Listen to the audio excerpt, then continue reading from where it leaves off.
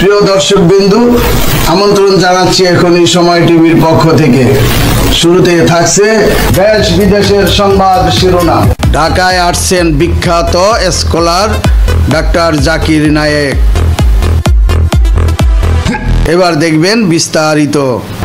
যদি কোরআন এমন এক বই হয়, যদি এটা ঈশ্বরের বাণী হয়, তাহলে কেন এটা শুধুমাত্র একটা ছোট্ট দলের জন্য এসেছিল? কোরআন কখনোই শুধু মুসলিম বা আরবদের জন্য নাজিল হয়নি, কোরআন সমগ্র মানব জাতির জন্য। প্রথমবারের মতো ঢাকায় আসছেন ডাক্তার জাকির নায়েক।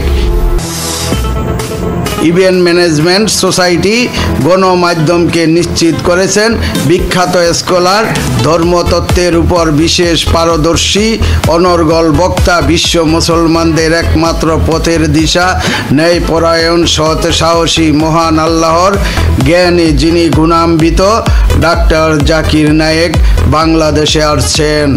কেন ইসলাম প্রতিমা পূজা বিশ্বাস করে না? যে কারণে ইসলাম প্রতিমা পূজা বিশ্বাস করে না তা হচ্ছে এটা নিষিদ্ধ। পয়েন্ট নাম্বার 1, আপনি ঈশ্বরের প্রতিমা বানাতে পারেন না। ঈশ্বরের প্রতিমা বানালে আপনি ঈশ্বরকে অবমাননা করলেন।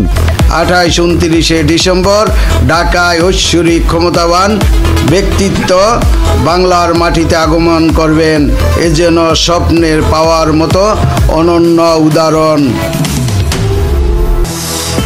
মানব জাতির কল্যাণে যে অবদান রেখে চলছেন এটা কারো স্বীকার করার মতো কোনো সুযোগ নাই। ভারত সরকার তার উপরে যে স্টিম রোলার চালিয়ে তাকে দেশছাড়া করেছিলেন, তাহার বিশ্ব নন্দিত পিস টিভি বন্ধ করে দিয়েছিলেন কুখ্যাত মোদী সরকার। এই জন্য ধিক্কার পাওয়ার উচিত ছিল মোদীর। ডাক্তার জাকির নায়েক পথহারা মানুষদেরকে পথ দেখাতেন। বিশ্বের বাঘা বাঘা বিভিন্ন ধর্মের যাজক ও স্কলারগণ যুক্তিতর্কে হেরে গিয়ে পরাজয় স্বীকার করেছিলেন। তাকে পৃথিবীর মানুষ জীবন্ত কম্পিউটার বলে থাকেন। তিনি ইসলাম ও কোরআনকে শেষ কিতাব, সত্য ধর্ম ইসলাম, আল্লাহর মনোনীত ধর্ম ইসলাম সারা পৃথিবীর মানুষদের মাঝে পৌঁছে দেওয়ার জন্য আপ্রাণ চেষ্টা করে থাকেন। আজ সেই বিখ্যাত ব্যক্তি ঢাকার মাটিতে পা রাখবেন, এটা ভাবতেও অবাক লাগে।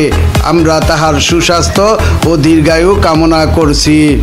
প্রিয় দর্শকবিন্দু, আজকের প্রতিবেদন এই পর্যন্তই শেষ করছি এখানেই। পরবর্তী সংবাদ পেতে আমাদের সাথেই থাকুন। আল্লাহ হাফেজ।